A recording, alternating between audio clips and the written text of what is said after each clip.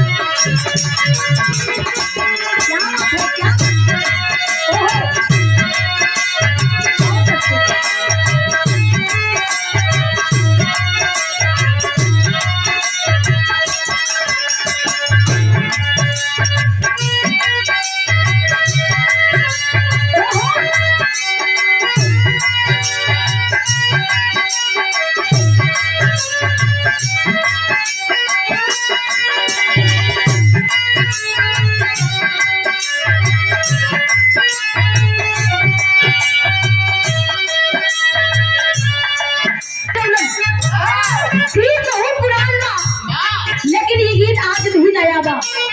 गीत कौन मास्टर